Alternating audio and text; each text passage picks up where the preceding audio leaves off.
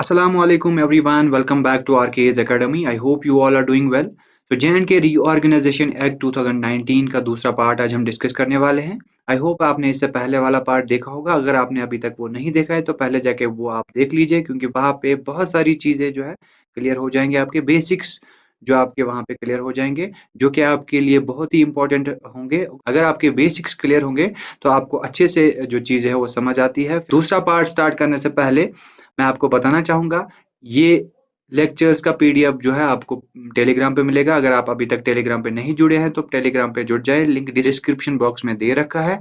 वहां पे आपको डेली क्विज़ेस देखने को मिलेंगे। और अगर आप चैनल पे पहली बार आए हैं तो चैनल को सब्सक्राइब करना ना भूले।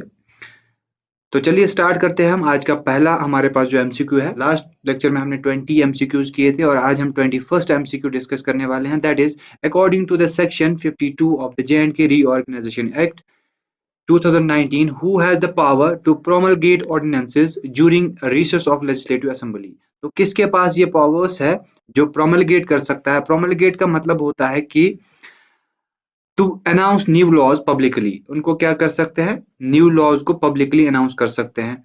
तो किसके पास ये पावर है?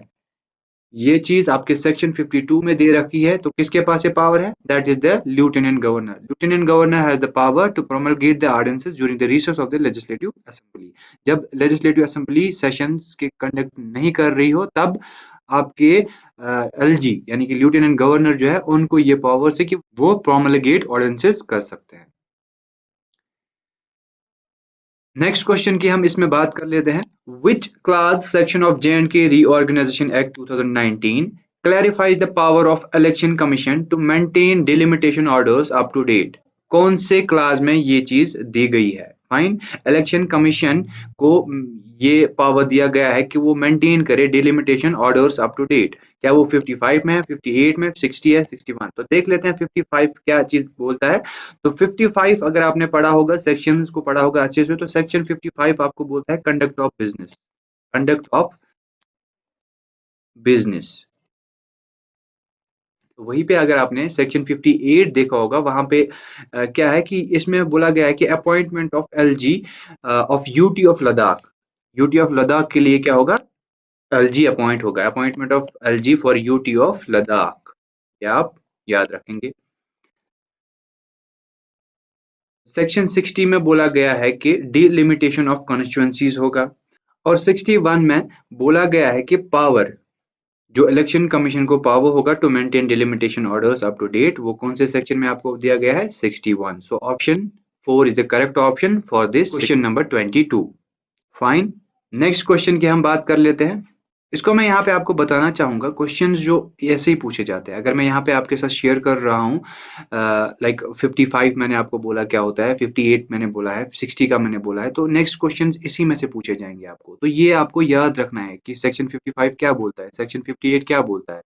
फाइन, नेक्स्ट क्वेश्चन ऐसे भी आपको बोला जा सकता है कि 61 section 61 deals with which of the following. तो आपको वहां पे दिया जाएगा कि like power of election commission. तो ये आपको ऐसे याद रखना है, बेसिक सी चीजें हैं ये, सेक्शंस को ही डायरेक्टली आपको याद रखना है। ऐसे क्वेश्चंस पूछे गए हैं और पूछे जाते हैं आपके एग्जाम्स में से। नेक्स्ट क्वेश्चन की हम बात कर लेते हैं। Question number 23, which class section of J&K reorganisation act 2019 stipulates action related to bills reserved for consideration? So जो बिल्स को रिजर्व किया जाता है कंसिडरेशन, वो कौन से सेक्शन में दिया गया है? क्या वो 35 है, 36 है, 38 है, 39 है? तो देख लेते हैं कौन सा सेक्शन है। अगर आप 35 की बात कर लेते हैं तो 35 का मतलब क्या होता है कि inconsistency between laws made by parliament and legislative assembly. तो ये क्या है? बेसिकली ये इनकंसिस्टेंसी है between between laws made by parliament and legislative assembly. ये आप इस चीज को याद रखेंगे। 36 में क्या बोला गया है? 36 हमें बोल रहा है कि like special provisions as to financial bills. जो फाइनेंशियल बिल्स होते हैं उनको स्पेशल प्रोविजन देना होता है। Special provisions as to financial bills, financial bills. और 38 में क्या बोला गया है कि 38 में ये बोला गया है कि एसेंट टू बिल्स, एसेंट जो देना होता है उनको, sign signature, assent to bills. और सेक्शन 39 में क्या बोला गया है कि जो बिल्स होंगे वो रिजर्व होंगे for consideration. Fine. Question number 24 है, as per the J&K Reorganization Act 2019, who can appoint the Advocate General for the High Court of J&K and Ladakh? High court हमारा क्या है, कॉमन है। फाइन, ये आपको पता होगी, यूटी ऑफ लद्दाख और यूटी ऑफ J&K के लिए हाई कोर्ट कॉमन है।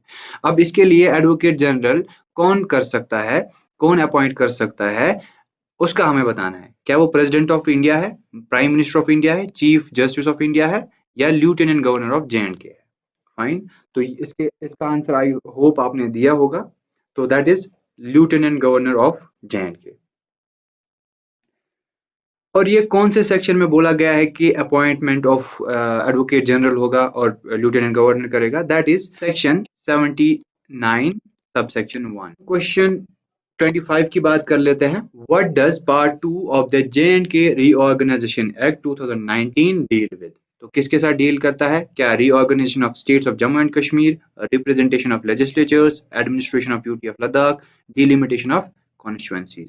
तो बात कर लेते हैं यहाँ पे इन 2-3 क्वेश्चंस में। मैं पूरी कोशिश करूंगा आपको सारे पार्ट्स जो है वो यहाँ पे क्लियर करने की कोशिश करूंगा। आपको वो पार्ट्स एज इट इज याद रखने हैं और वो पार्ट्स में कौन कौन से सेक्शंस आपको आते हैं वो भी आपको याद रखना ही है। आपके एग्जाम के लिए वो बहुत ही इंपॉर्टेंट है। फाइन। तो यहाँ पे अगर हम बात कर लेंगे रीऑर्गेनाइजेशन ऑफ द स्टेट्स, ये कौन से पार्ट में बोला गया है, ये कौन सा पार्ट है ये? फाइन। तो दैट इज पार्ट 2। फाइन। तो आपके क्वेश्चन का आंसर यही है, पार्ट 2 में ये चीज बोली गई है। वहीं पे अगर हम रिप्रेजेंटेशन इन लेजिस्लेचर्स की बात करें, दैट इज पार्ट 3। वहीं पे अगर हम administration of UT of Ladakh की बात करें, दैट इज पार्ट 4। और डिलिमिटेशन ऑफ कॉन्स्टिट्यूएंसीज की अगर हम बात करें, दैट इज पार्ट 5। और फर्स्ट पार्ट अगर आपको बताया जाएगा तो दैट इज द प्रिलिमिनरी, जिसमें टाइटल्स और डेफिनेशंस है, प्रिलिमिनरी। तो 5 पार्ट्स मैंने इस क्वेश्चन में आपको बता दिए, कौन कौन सा पार्ट क्या क्या चीज है। इसके बाद अगर हम बात कर लें क्वेश्चन नंबर 26 की, that is what does part 9 of the J&K Reorganization Act 2019 deal with? तो पार्ट 9 की हमें बात करनी है। पहले में हमने पार्ट 5 डिस्कस किए हैं, तो इसमें से हम स्टार्ट करते हैं पार्ट 9 का। देख लेते हैं कि पार्ट 9 हमें किसके साथ डील करता है। तो पार्ट 9 अगर आपने देखा होगा, वहां पे क्लियरली लिखा होगा advocate general of UT of Jammu and Kashmir. तो ये पार्ट 9 आपका है। फाइन। ये पार्ट 9 है, advocate general of UT of Jammu and Kashmir. तो schedule castes and schedule tribes के बारे में अगर आप देखेंगे, दैट इज पार्ट 6। पार्ट 6 में ये चीज लिखी हुई है। वहीं पे मिसलेनियस एंड ट्रांजिशनल प्रोविजंस भी अगर आप देखेंगे, दैट इज पार्ट 7। और हाई कोर्ट किस में है? पार्ट 8 में। हाई कोर्ट में ये है कि like there should be a common high court for the Jammu and Kashmir and UT of Ladakh. इसके बाद हम बात कर लेते हैं नेक्स्ट क्वेश्चन, क्वेश्चन नंबर 17 की। What does part 10? तो यहाँ पे हमने 9 तक क्लियर किए, सारे 9 पार्ट्स आपको मैंने बता दिए। अब पार्ट 10 की बात कर लेते हैं। तो J&K reorganisation act deal with, तो किसके साथ वो डील करता है? पार्ट 10। क्या वो authorisation of expenditure and distribution of revenues, apportionment of assets and liabilities, provisions as to certain corporations and any other matters, provisions to services। so इसके लिए जो करेक्ट ऑप्शन है, that is authorization of expenditure and distribution of revenues, that is part 10। Part 11 की बात करें, apportionment of assets and liabilities, that is part 11। Part 12 की बात करें, provisions as to certain corporations and any other matters, that's part 12। Part 13 की बात करें, provisions to services, that is part 13। वहीं पे पार्ट 14 की अगर हम बात करें, वो भी आपको इंपॉर्टेंट है, वो है legal and miscellaneous provision.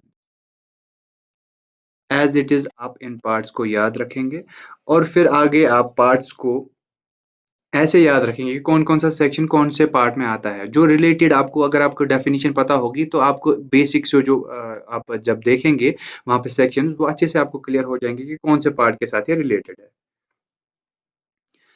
Fine, ऐसे इनको याद रखना है। नेक्स्ट क्वेश्चन की हम यहाँ पे बात कर लेते हैं, which is question number 28। which of the following section of part 6 of the J&K Reorganization Act 2019 contain applicability of scheduled castes order, तो कौन से पार्ट में है ये? 6 में, आपको पता होनी चाहिए। पार्ट 6 जो मैंने आपको अभी बोला, schedule caste and schedule tribes, तो उसमें क्या दिया गया है? Applicability of schedule caste order, वो कौन से सेक्शन में है? That is section 65।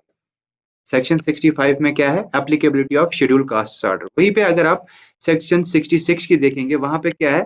Applicability of schedule tribes order. 67 की अगर हम बात करें, 67 में क्या है? यह है कंसोलिडेटेड फंड।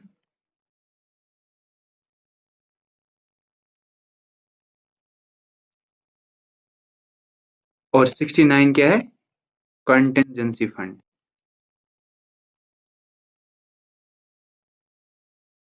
ये आपके बाकी ऑप्शंस भी यहाँ पे क्लियर होते हैं। तो करेक्ट ऑप्शन इसके लिए क्या है? 65 is the correct option for 28। ये क्वेश्चंस आपको पूछे गए हैं लास्ट ईयर पेपर्स में, तो आपको इन्हीं से क्वेश्चंस आगे देखने को मिलेंगे। सो सारे सेक्शंस को मैं जहाँ जो यहाँ पे मैं आपके साथ शेयर करता हूँ, डिस्कस करता हूँ, वो आप उनको अच्छे से याद करके रखेंगे। नेक्स्ट क्वेश्चन की हम बात कर लेते हैं। Question number 29, which clause of the J&K Reorganization Act 2019 specifies the duration of Legislative Assembly of the UT of J&K? तो ड्यूरेशन कितना था? पहले 6 इयर्स होता था, अब 5 इयर्स कर दिया गया। अब ये कौन से सेक्शन में बताया गया? तो सेक्शंस को अगर हम देख लेंगे, 15 आपको पता ही होगी क्या है? रिप्रेजेंटेशन ऑफ 2 वुमेन्स, वो आपको बोला गया है, 2 वुमेन वहां पे रिप्रेजेंट होंगी। कहाँ पे? लेजिस्लेटिव असेंबली में। 21 की अगर हम बात करें, 21 में क्या दिया गया है? कि स्पेशल एड्रेस होगा। किसका special address? By LG to legislative assembly. Fine, special address by LG to legislative assembly. या आप इसको अच्छे से याद करके रखेंगे, लिख के रखेंगे। अगर आपको इसका पीडीएफ भी चाहिए, वो आपको टेलीग्राम पे मिलेगा। ये सारे सेक्शंस उसमें क्लियर है, वो आप वहां से देख लेंगे। अच्छे से सेक्शंस को पढ़ के मेमोराइज करके इनको अच्छे से आप आंसर दे पाएंगे।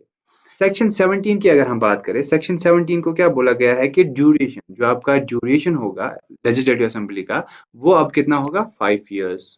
पहले कितना होता था? 6। ये भी आपको याद रखना है, ऐसे पूछा जाता है कि पहले कितने इयर्स का होता था, अब कितना है। तो पहले 6 इयर्स का होता था, अब 5 इयर्स का रहेगा। ये किस में बोला गया है? सेक्शन 17 में। So correct option for this question is option 3। तो सेक्शन 19 अगर हम बात करें, सेक्शन 19 की, सेक्शन 19 में क्या बोला गया है? स्पीकर एंड डिप्टी स्पीकर किसका? Of legislative assembly. ये आप चीजें जो है अच्छे से याद करके रखेंगे। क्वेश्चन नंबर 30 की हम बात कर लेते हैं। Section 41 of the J&K reorganisation act 2019 deals with, किसके साथ डील करता है? सेक्शन 41। सेक्शन 41 की बात है, क्या वो एनुअल फाइनेंशियल स्टेटमेंट के साथ डील करता है? Procedure as to lapsing of bills, bills reserve for consideration, appropriation of bills. तो देख लेते हैं कि किसके साथ वो डील करता है। सो क्वेश्चन यहाँ पे जो है 41 की बात कर लेते हैं। तो 41 is the same like option first, annual financial statement के साथ डील करता है। सो 41 आपका हो जाता है, और करेक्ट ऑप्शन के इस क्वेश्चन के लिए क्या हो जाता है? Annual financial statement. वहीं पे procedure as to lapsing of bills की अगर हम बात करें, दैट इज सेक्शन 37। सेक्शन 37 में ये चीज बोली गई है। अगर हम बिल्स रिजर्व्ड फॉर कंसिडरेशन की बात करें, जो मैंने आपको पहले भी आपसे शेयर किया है, दैट इज सेक्शन 39। और अगर हम अप्रोप्रिएशन ऑफ बिल्स की अगर हम बात करें, वो किस में बोला गया है? That is section 43। ये आप ऐसे ही एज इट इज याद रखेंगे। नेक्स्ट क्वेश्चन की हम बात कर लेते हैं।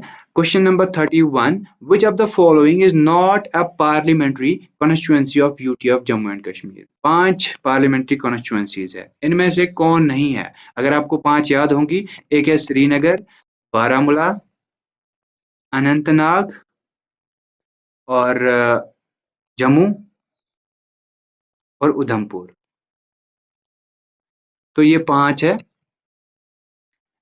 इनमें से यहाँ पे अगर आप देखेंगे, डोडा दिया गया है। सो करेक्ट ऑप्शन क्या है? डोडा। कि ये नहीं है, नॉट, यहाँ पे ये हाईलाइट करके है, नॉट ए पार्लियामेंट्री, वो नहीं है। दैट इज डोडा, डोडा नहीं है। बाकी ये जो है ये है, और 2 क्या है? अनंतनाग और उधमपुर। ये 5 पार्लियामेंट्री कॉन्स्टिट्यूएंसीज आप याद रखेंगे। नेक्स्ट क्वेश्चन की बात कर लेते हैं।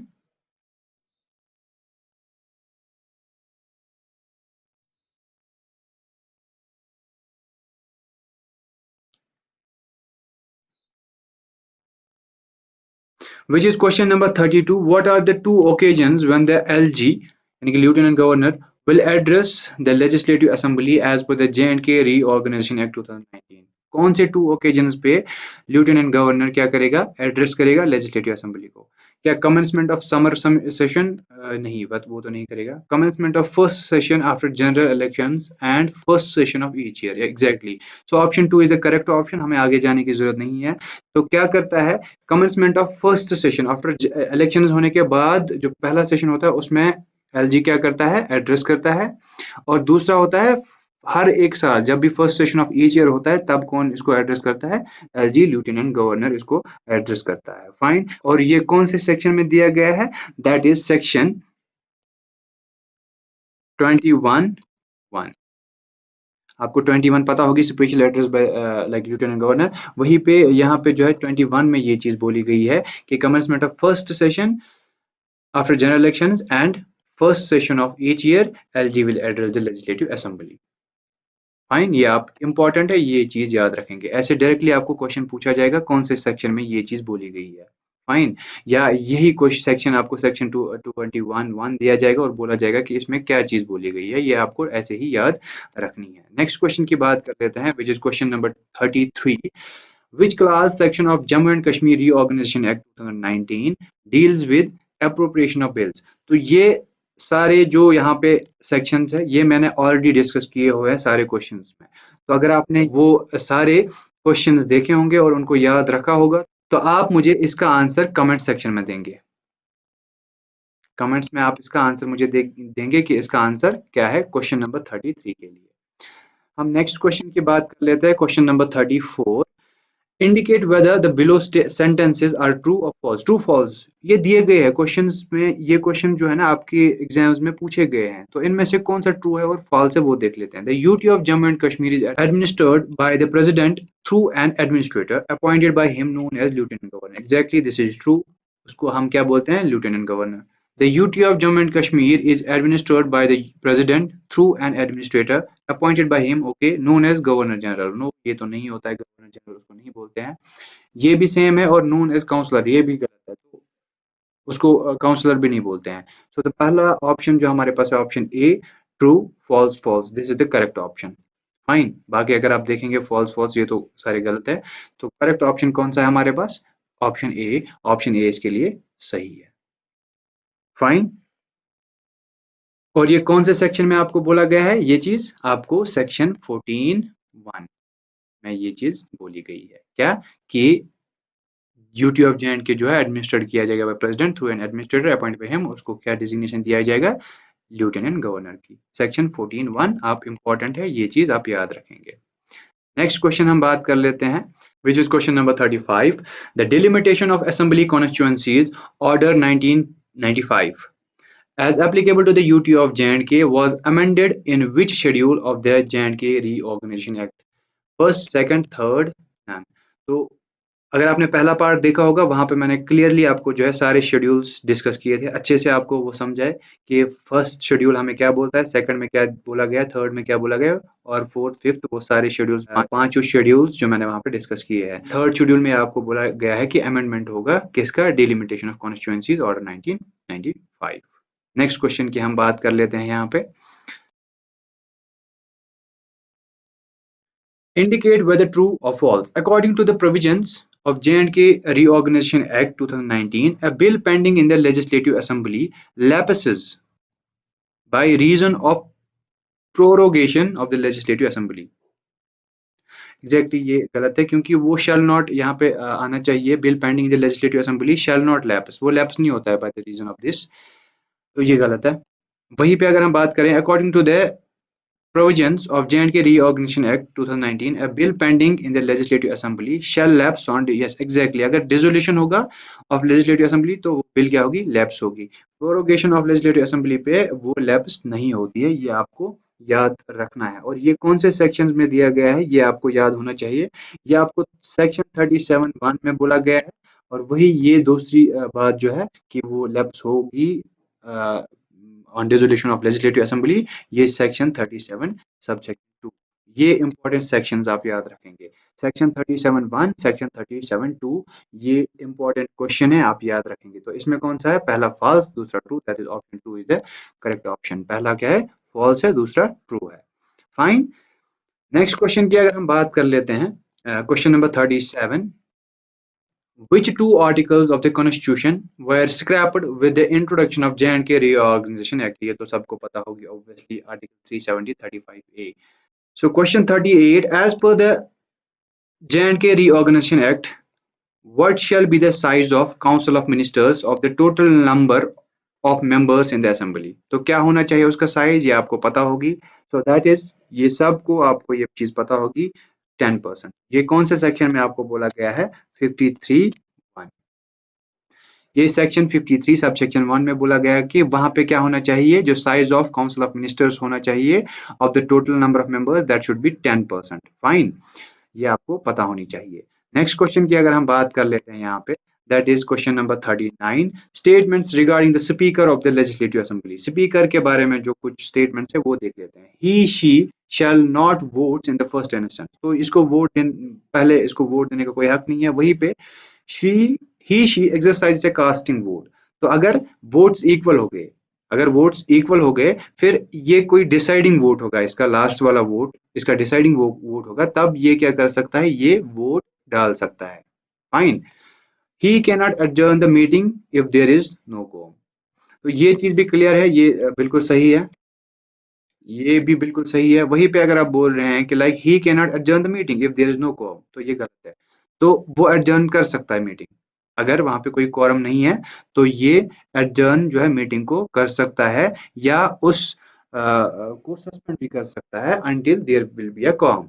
फाइन, ये आपको याद रखना है। So the option 3 is correct, that is both 1 and 2 are correct, only 1 and 2 are correct। ये जो थर्ड वन है, this is wrong।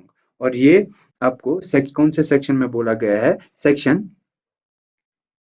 25(2) में ये चीज बोली गई है। क्या बोला गया है कि ये वोट नहीं कर सकता है, shall not vote in the first instance, और ये बोला गया है कि अगर वहां पे इक्वलिटी ऑफ वोट्स होगी तो ये कास्ट कर सकता है अपना वोट इस बेसिस पे। फाइन।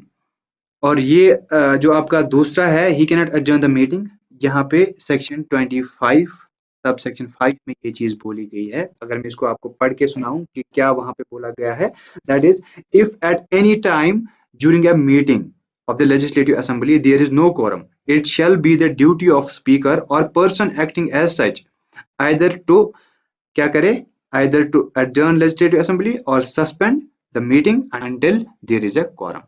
ये चीज वहां पे क्लियरली बोली गई है सेक्शन 25(5) में, तो इसको आप अच्छे से याद रखेंगे, सेक्शन 25(2) और सेक्शन 25(5). नेक्स्ट क्वेश्चन की अगर हम बात कर लेते हैं, ये लास्ट क्वेश्चन होगा इस सेशन का, that is the chief minister of the UT of Jammu and Kashmir should communicate all decisions of the council of ministers relating to the administration of the affairs of UT and proposals for legislation to. तो किसको वो communicate करेगी ये सारी चीजें?